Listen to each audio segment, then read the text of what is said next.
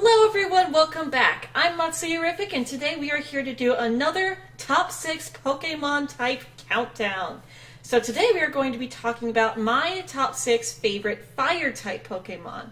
And yeah, this is going to be a pretty standard list for the most part. Some of these you're going to guess. Some of these are going to be typical of this list.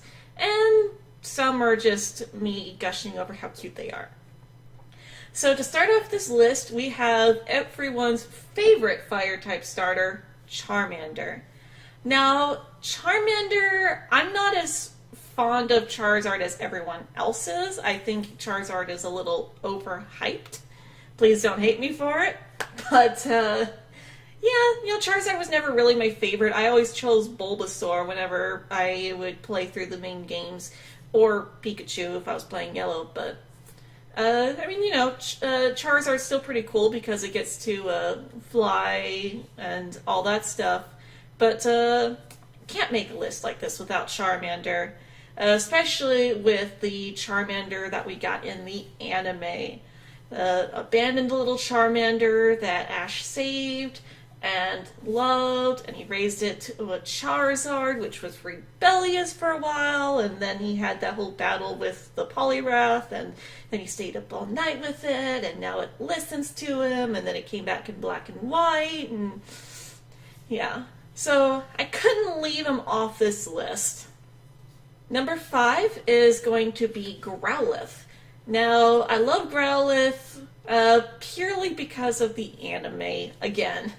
Most of these guys are actually, I love them because of the anime, but I fell in love with Growlithe after Growlithe from Pokemon, the Growlithe that James had when he was younger, which he nicknamed Growlithe, and I just thought the bond between them was so cute, and the little backstory, and I always wondered why he never brought Growlithe with him, because I feel like Growlithe would be a lot happier if it was traveling with James, but, I guess they want to keep the whole dark and poison type thing that they got going on there.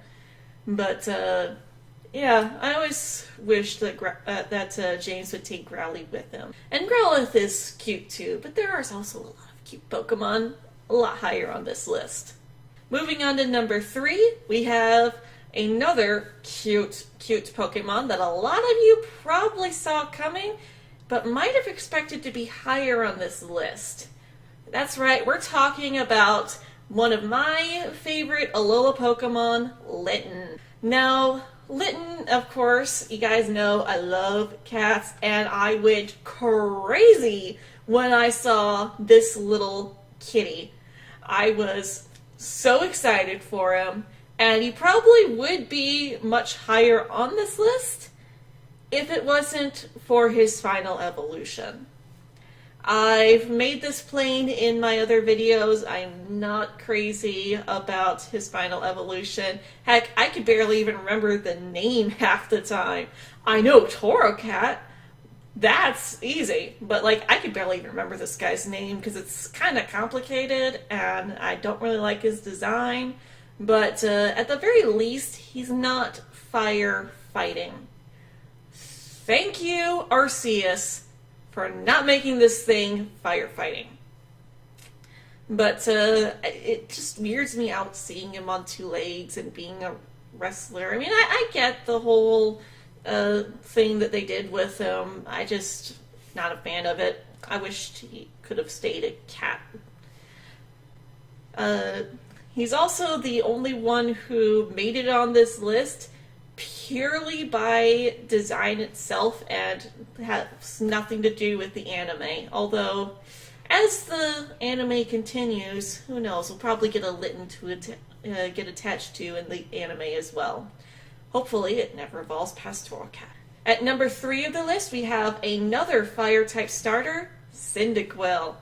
Oh my gosh, Cyndaquil's just so cute! The way its little eyes are always shut, and its little cry, Cyndaquil! And this little flame on the back of its back.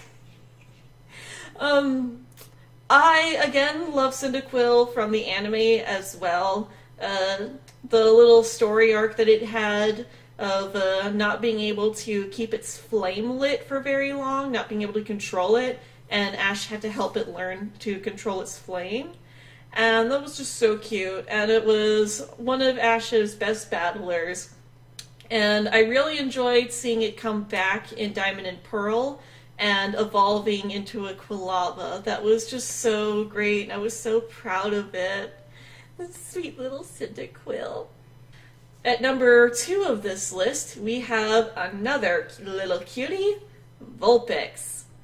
Now, I considered putting Vulpix on my Ice-type list, but I couldn't really think of a whole lot of Fire types to put on this list. I was actually trying to keep Charmander off of this list, but Vulpix, I've always loved it, and we've known it longer as a Fire type than an Ice type, so I just had to put her on this list. But I do love the Alola form, though.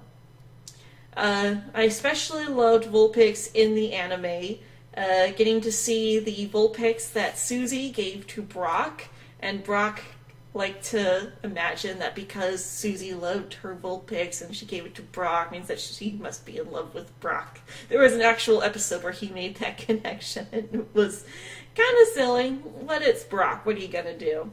But I loved the little story when you first meet Vulpix, how it's doesn't really get along with strangers, but it gets along with Brock right away. And his was the first poke food that it would eat that wasn't Susie's, and that was something that really impressed her too. And then it was just the cute Pokemon of his team, and he used it a lot, and I loved watching him brush it. It makes you want to brush it too. And I actually used to have a Vulpix plush that I would love to pretend to be brushing, and I'd pet it, and it was so cute. I even, because it had actual fur sticking out of where its hair was at, and I actually stuck a little plastic bow in the hair. It was just a little clip, and I stuck that in the hair. It was just so cute. So, a lot of fond memories with Vulpix. Alright, so that's it for this week's list. If you want to see what my number 1 favorite Fire-type Pokemon is, be sure to subscribe for more Top 6 videos. Again, at the end of this series, I will be making a list of my favorite Pokemon of each type. So, that's going to finish up all of the lists. And be sure to leave a comment down below what some of your favorite Fire-type Pokemon are, and leave a like as well. And I will see you guys in the next one.